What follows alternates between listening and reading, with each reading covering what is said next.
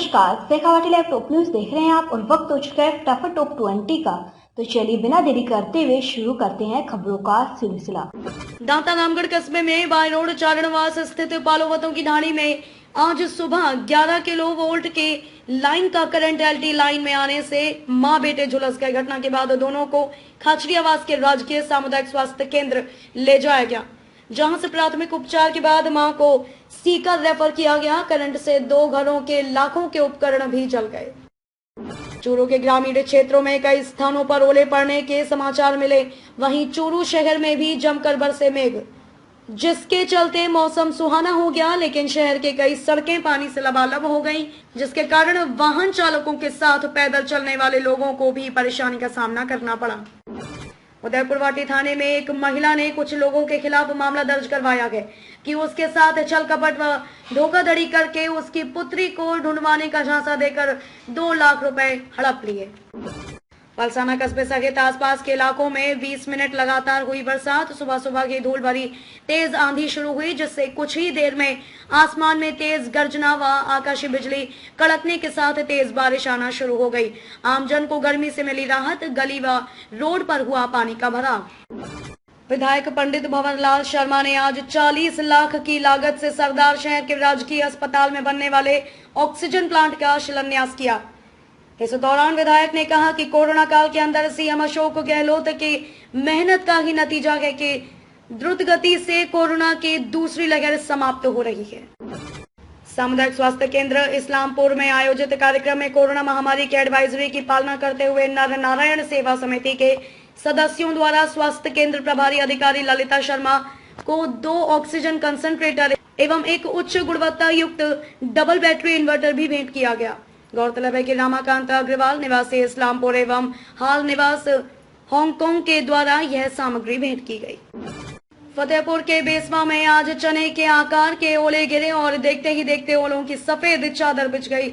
वहीं फतेहपुर शहर में भी जमकर बारिश हुई, जिसके चलते शहर की सड़कें जलमग्न हो गईं। वहीं बारिश से किसानों के चेहरे खिले हुए हैं और वह बाजरे की बुवाई की तैयारी करने में जुट गए हैं। राज्य सरकार द्वारा बुधवार से लॉकडाउन में दी गई ढील के दौरान निर्धारित समय के बाद बाजार में दुकानें खुली मिलने तथा बिना मास्क के घूमते पाए जाने पर नगर परिषद द्वारा गठित उड़न दस्ते की टीम ने एक सैलून की दुकान को सीज करने की कार्यवाही की गई। तो वहीं बिना मास्क के घूमते पाए जाने पर 3 लोगों के चालान काटकर जुर्माना राशि वसूल की गई। कोविड संक्रमण की रोकथाम के लिए आज सुपर स्प्रेडर्स के सैंपल लिए गए। जिला मुख्यालय के गांधी चौक और ताल बाजार में ठेले वालों, किराना दुकानदारों के सैंपल लिए गए। सैंपल स्थलों पर सीएमएचओ डॉक्टर छोटेलाल गुर्जर स्वयं पहुंचकर कोविड प्रोटोकॉल की समझाइश देकर लोगों को सैंपलिंग के लिए प्रेरित किया। सैंपलिंग को बढ़ाने के लिए बीसीएमओ डॉक्टर मनोज कुमार डूडी ने एक रैपिड रिस्पांस टीम का गठन किया। दांता रामगढ़ में गाइडलाइन की पालना को लेकर उपखंड अधिकारी अशोक कुमार रणवा एक्शन मोड में नजर आए और अनलॉक के पहले दिन ही बाजारों का निरीक्षण किया। इस दौरान बिना मास्क के सामान बेच रहे दुकानदारों पर कार्रवाई करते हुए दांता कस्बे में 2 दुकानों को सीज किया गया, जिसमें एक कपड़े की दुकान और एक किराना की दुकान शामिल है। इसके अलावा मास्क नहीं लगाने वाले 6 दुकानदारों के चालान किए गए। शहर में सोमवार की देर रात हुई लूट व चोरी की वारदातों में लिप्त 4 आरोपियों में से 3 को पुलिस ने मंगलवार की देर शाम बापर्दा गिरफ्तार किया, जिन्हें बुधवार को न्यायालय में पेश किया गया, जहां से उन्हें न्यायिक अभिरक्षा में जेल भेजने के आदेश दिए गए। वहीं एक आरोपी की पुलिस तलाश कर रही है। राजस्थान हाई कोर्ट ने कम्युनिटी हेल्थ ऑफिसर सीएचओ भर्ती में अभ्यर्थी के रोके गए परिणाम को जारी करने व दायर याचिका में प्रमुख शासन सचिव एवं स्वास्थ्य विभाग व मिशन निदेशक एनएचएम को नोटिस जारी कर 8 सप्ताह में जवाब मांगा गया। किसान कॉलोनी झुंझुनू निवासी अभ्यर्थी निखिल झाझड़िया ने एडवोकेट संजय महला के जरिए रिट याचिका दायर की है। रामपुरा थाना इलाके में मंगलवार देर शाम एक सनकी पति ने अपनी पत्नी की गर्दन पर कुल्हाड़ी से वार कर हत्या कर दी थी। इस दौरान उसने 6 माह के बेटे को भी नहीं छोड़ा। कुल्हाड़ी के वार से मासूम के दाएं हाथ के नीचे व छाती में चोट लगी, जिसे रात में ही परिजन जेके लोन अस्पताल लेकर पहुंचे थे। इलाज के दौरान सुबह मासूम की भी मौत हो गई। बच्चे की मौत की सूचना पर पुलिस मौके पर पहुंची। मां बेटे की मौत के बाद इलाके में सनसनी फैली हुई है।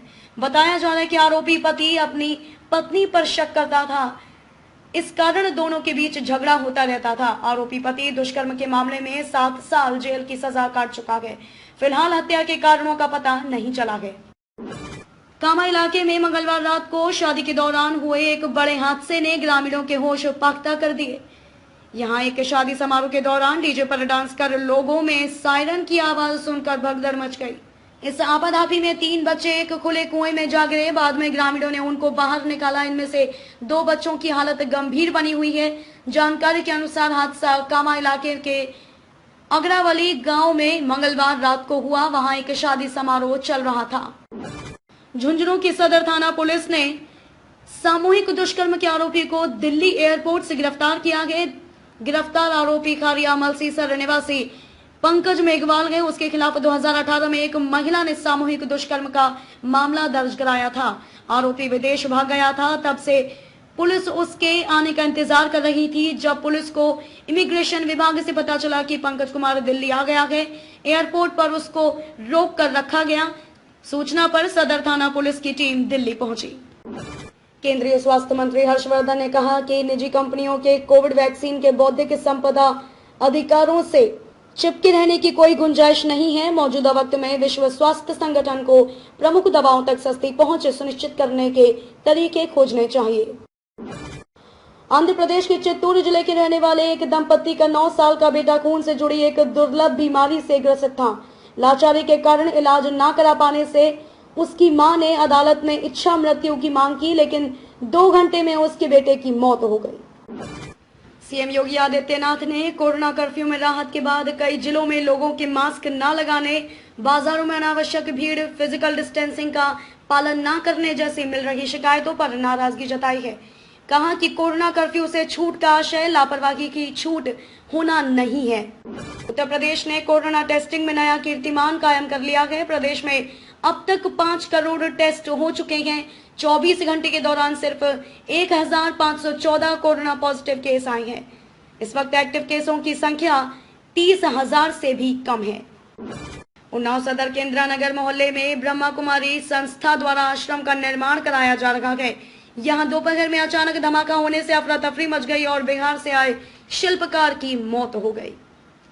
फिर हादसे खबर लाइव टॉप 20 में बस इतना ही। खबरों का सिलसिला यूं लगातार जारी है। आप बने रहे शेखावाटी लाइव के साथ।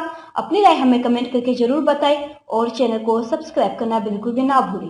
अभी तक आप लोगों के द्वारा मिले हुए सहयोग का शेखावाटी लाइव हार्दिक स्वागत करता है। वहीं आपको जानकर खुशी होगी कि शेखावाटी लाइव अब आपको शेखावाटी के तीनों जिलों सीकर, चूरू और झुंझुनू के साथ प्रदेश के अन्य जिलों की महत्वपूर्ण खबरों से भी अपडेट करवाएगा, जिसके चलते अब आप हर शाम शेखावाटी लाइव पर देश विदेश के साथ प्रदेश की प्रमुख खबरें शेखावाटी लाइव के टॉप 20 फटाफट डेली न्यूज बुलेटिन में देख सकेंगे। शेखावाटी लाइव परिवार आशा करता है कि निरंतर आपका आशीर्वाद हमें यूं ही मिलता रहेगा। बुलेटिन में विज्ञापन देने के लिए संपर्क करें 9413283605।